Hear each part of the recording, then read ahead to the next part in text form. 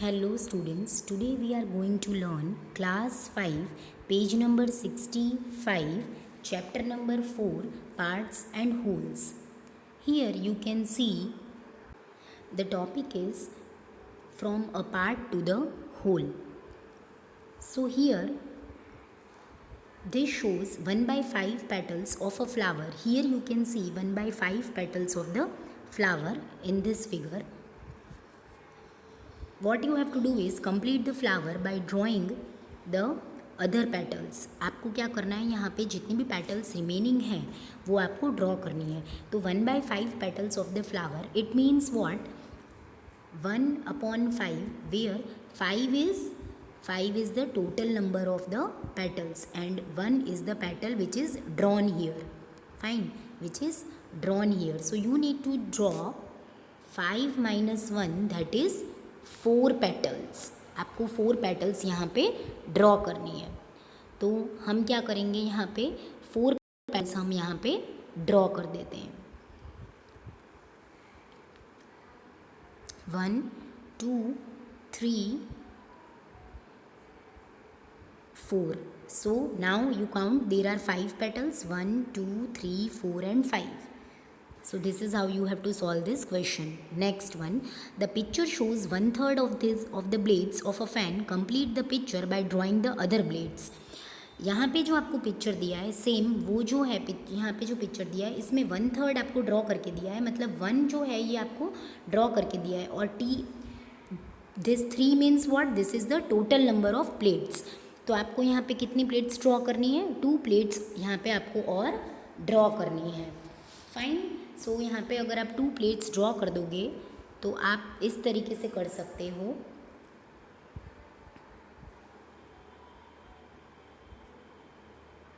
So this becomes a fan and there are total how many plates, 3 plates.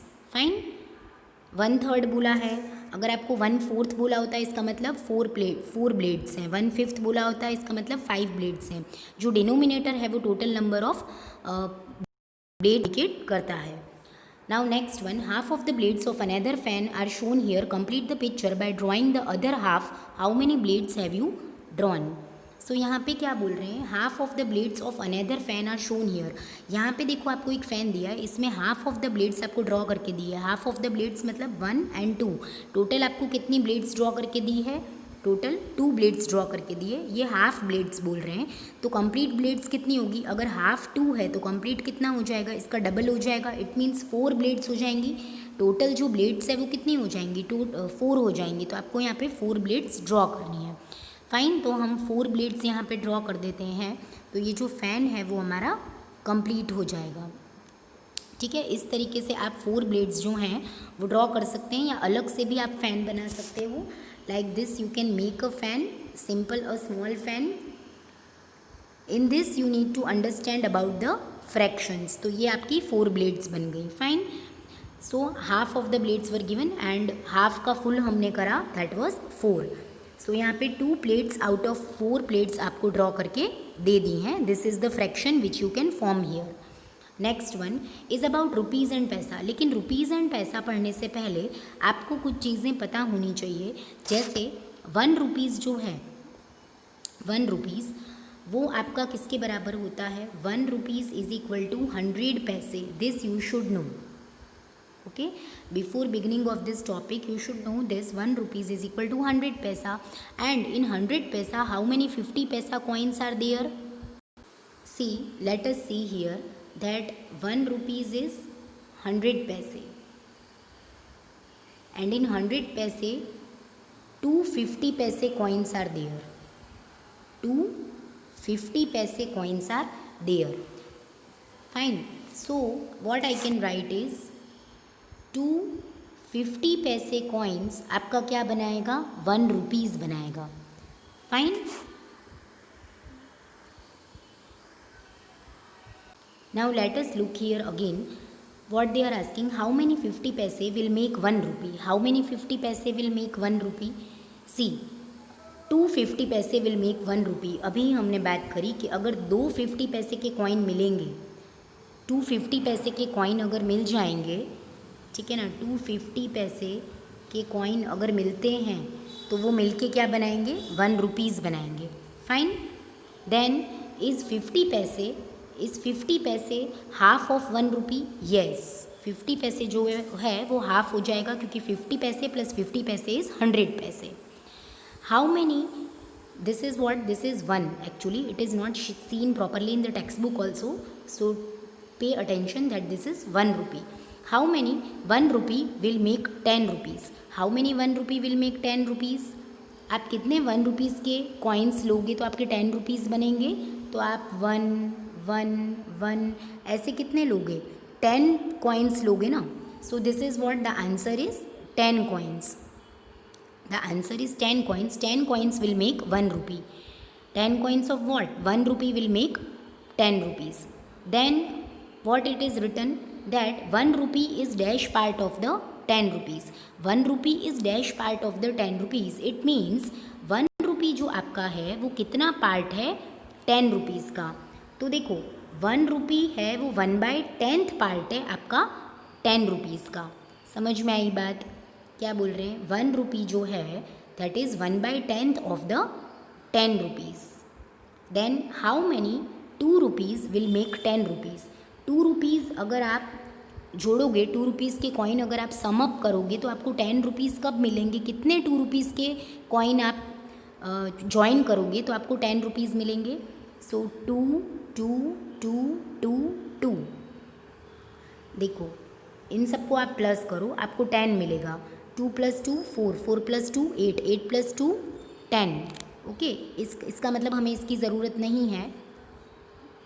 Okay, कितना हो रहा है आप देख लो, 1 2 3 4 5 हो रहे हैं। इसका मतलब 5 आप 2 रुपीज़ के कॉइन को प्लस करोगे तो आपको 10 रुपीज़ मिलेंगे। इसका मतलब इधर आंसर क्या आएगा आपका? 5 coins. Fine. Then next 2 rupees is dash part of 10 rupees. 2 rupees कितना पार्ट है 10 रुपीज़ का? 2 रुपीज़ जो है that will be 2/10 part of 10 rupees.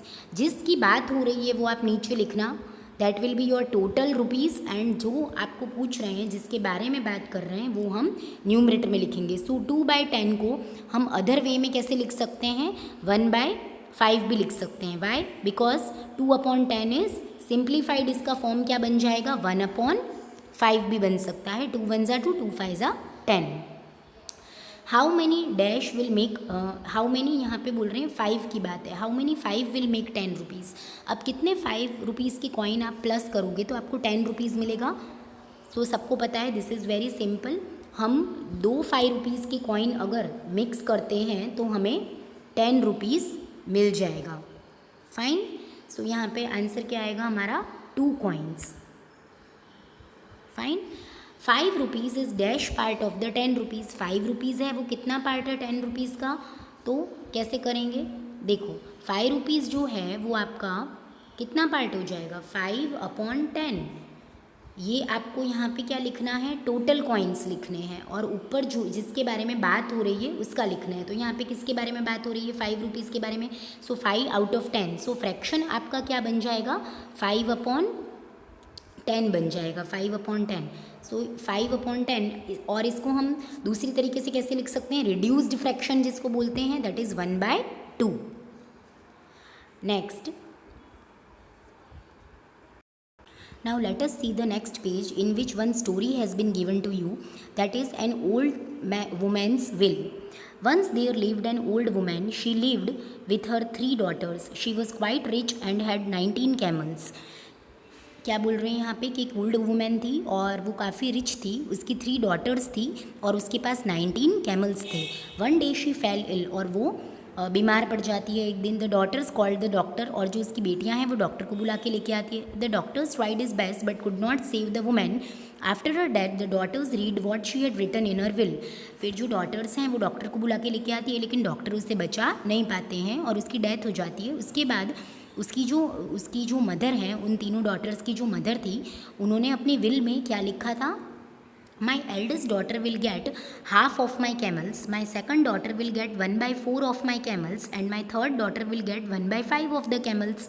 तो इस तरह की वो अपनी विल बना के जाती है कि जो मेरी एल्डेस्ट डॉटर है उसको हाफ पार्ट मिलेगा कैमल्स का, सेकंड डॉटर को 1/4 मिलेगा और थर्ड डॉटर को 1/5 मिलेगा। The daughter were really puzzled, how can I get 1/2 of the 19 camels, asked the eldest daughter. जो सबसे बड़ी डॉटर थी उसने पूछा कि भाई 1/2 कैसे होगा 19 कैमल्स का, क्योंकि 19 कैमल्स का 1/2 तो पॉसिबल नहीं हो पाएगा।